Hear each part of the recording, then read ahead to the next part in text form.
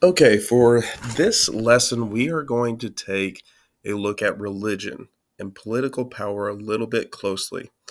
Remember, we've been talking about grapes, and our first lesson was about geography, where people wanted to build their locations. And now we're going to take a look at religion and how religion can also help people have political power. So let's take a look at what we'll be talking about today. Our target question is: how did the pharaohs use religion and politics to control power in ancient Egypt? Our supporting question is: how do our politics today use the power in our civilizations? So, to start off, we are going to take a look at what it's like to be remembered. Back then, in ancient Egypt, people loved to remember the great pharaohs or kings of ancient Egypt, and they would do a lot of extravagant things in order to show that they remember them and they were loved. So, on the next slide, we're going to take a look at what it looks like to be remembered. There are some people in this world that are so powerful and can move so many people that they would be leaders in their own way. We are going to take a look at what it's like when that person means so much to millions of people, and those people come out to remember them. The person we're going to talk about in the video is Kobe Bryant, one of the greatest basketball players to ever play. So, when you watch this video, take a look at all the things that people did in order to show that they love Kobe Bryant and all the things that they did for him after his passing. When you're finished, move on to the next slide. So, when you looked at the video, you probably saw that a lot of people did extravagant things to remember Kobe Bryant. They were driving cars that were painted. They were hanging jerseys from everywhere. They were having paintings. Millions of people came to see Kobe Bryant in his final time. But in ancient Egypt, they also believed in remembering their leaders. For the pyramids, for example, the pyramids are the final resting places of some of the most important pharaohs. The larger the pyramid, the greater the pharaoh was to the people. So they built gigantic buildings just to show their love for the pharaohs. The gold caskets that they would put were solid gold, and they buried them to look just like the pharaoh. The faces that you see on the caskets were molded to look exactly like the pharaoh who passed. And lastly, inside their tombs, they decorated the inside of the tombs that they would have everything that they need after they died.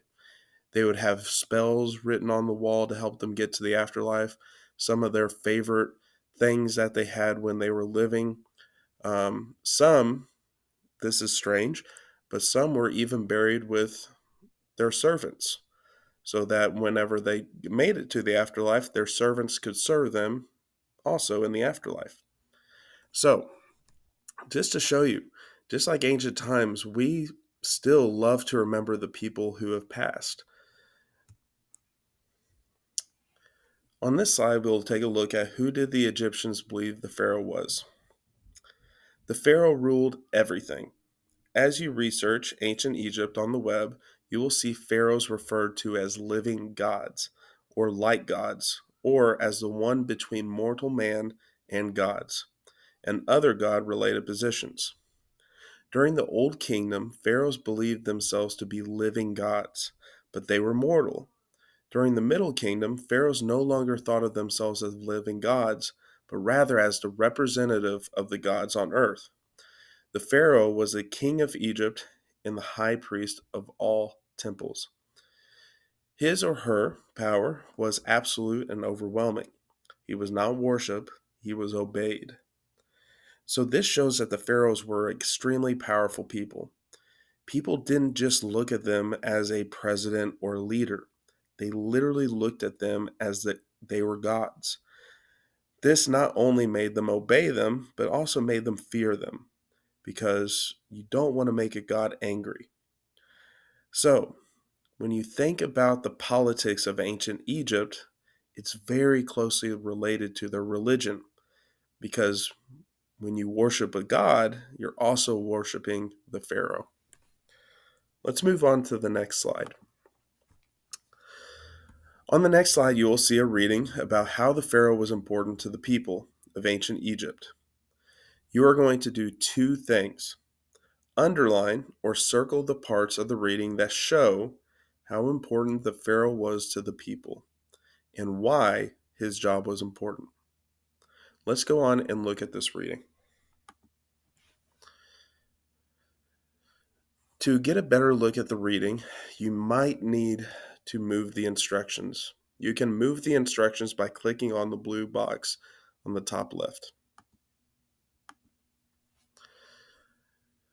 The pharaoh owned everything. The ancient Egyptians believed that all the wealth of Egypt and all the wealth of the world belonged to the pharaoh. Every house, brick, stone, animal, amulet, jewelry, statue, man, woman, child, clothing, temples, storehouses, tombs, eggs found along the Nile, everything, absolutely everything belonged to the pharaoh. In exchange for all the pharaoh owned and controlled, the pharaoh was responsible for Ma'at, for the health and happiness of ancient Egypt. If the pharaoh did not do his or her job, the Nile would not rise and leave rich soil behind for planting as the waters receded. If the people did not obey the pharaoh, the Nile would not rise. The pharaoh, like everyone in ancient Egypt, had a job to do. His or her job was to take care of the people. Every decision made had to be in the best interest of people. For example, if Pharaoh announced that all bread was free for everyone, that might sound very nice, but it would put people out of work. Bakers would not be able to trade for what they needed. It would not be the best interest of all the people. So Pharaoh rarely made a snap decision. Everything was thought through, and the Pharaoh received advice from many advisors and government officials whose job it was to help the Pharaoh run the country. So, let's pull back our instructions, and it says underline or circle the parts of the reading that show how the Pharaoh's job was important to the people. So we have to find things that tell us that the Pharaoh's job was important. So if we click down here, we have our pencil tool, and we can pick a color that we like. I'll pick blue. Now, we have to find where the Pharaoh's job was important to people. One example that you guys can do is in the bottom of the first paragraph. It says the Pharaoh was responsible for Ma'at. Ma'at is an extremely important job for the Pharaoh because it was his job to make sure that the health and happiness of ancient Egypt was going well. So, this is something we definitely want to underline. Now, I'm going to leave the rest to you. Look through the rest of the paragraph in the second paragraph and find anything that shows the Pharaoh's job was important for the people. When you're finished, you're ready to move on to the next slide.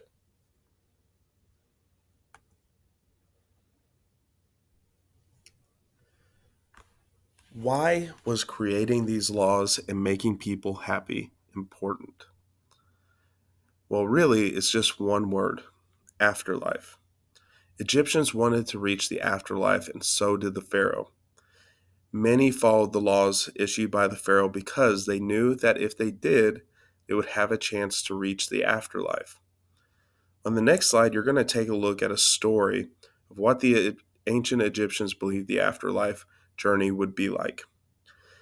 In my favorite example, it's going to sound a little bit like a video game, and you need some cheat codes to make it through this video game. Let's take a look at the video.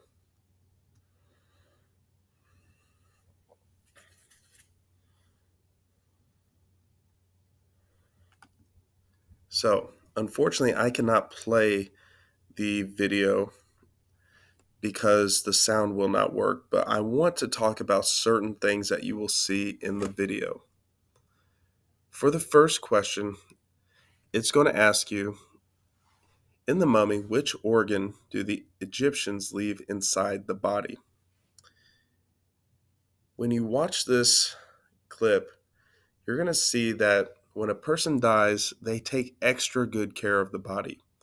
They take out a lot of the organs of the body because some of that stuff is just not needed when the body is dead. But there is a very important part of the body that they need to have. And that's what this question is about. Figure out what organ is the most important of the body and that they left inside. When you're done, you're ready to continue after the first question. All right.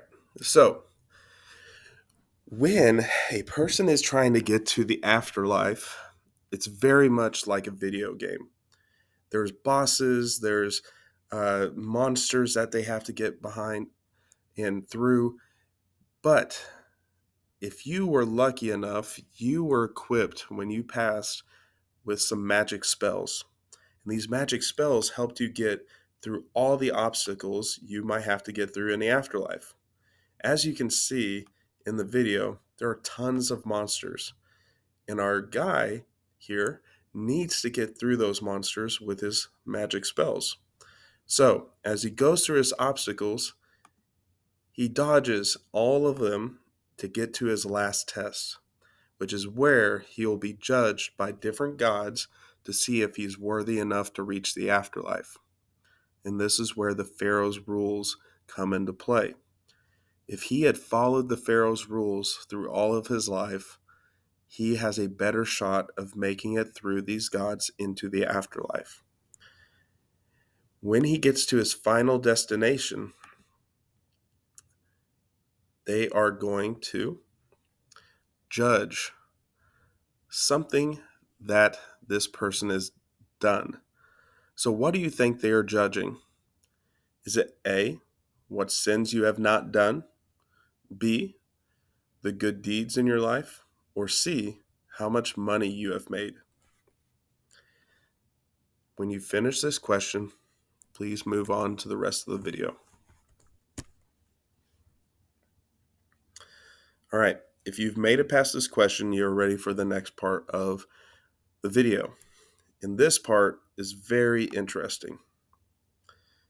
There was a heart scarab that they placed on the heart, and now is the time to use that scarab because at the very end of his journey, he has one more test, and that is to see if his heart is good or not.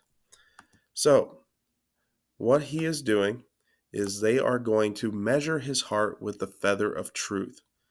And if his heart weighs less than the feather, he may reach the afterlife. But this is something that is an extraordinary thing because only the rich could afford these heart scarab amulets. If he is lucky enough to have this amulet, it will protect his heart from lying against him. But if his heart does lie, his heart might be eaten by an ancient god who devours the soul if he is not worthy. Lucky for him, his heart is good and weighs less than the feather, and he makes his way into the afterlife. Here is your final question, the closing task. The Pharaoh created laws in order for the people to live good lives and not commit sins. After watching the video, why was living the best life possible without sins important? Here are some look-fors to help you answer your question. If you are able to answer these questions, you're more than likely going to have a good answer. Here are your look-fors. What were people's goal for the afterlife? Look for number 2. Why were the Pharaoh's laws important? Look for number 3. Why was it important for them to not live a bad life? You have to write 4 complete sentences to answer this question correctly. Good luck, and when you finish this question, you are done with today's lesson.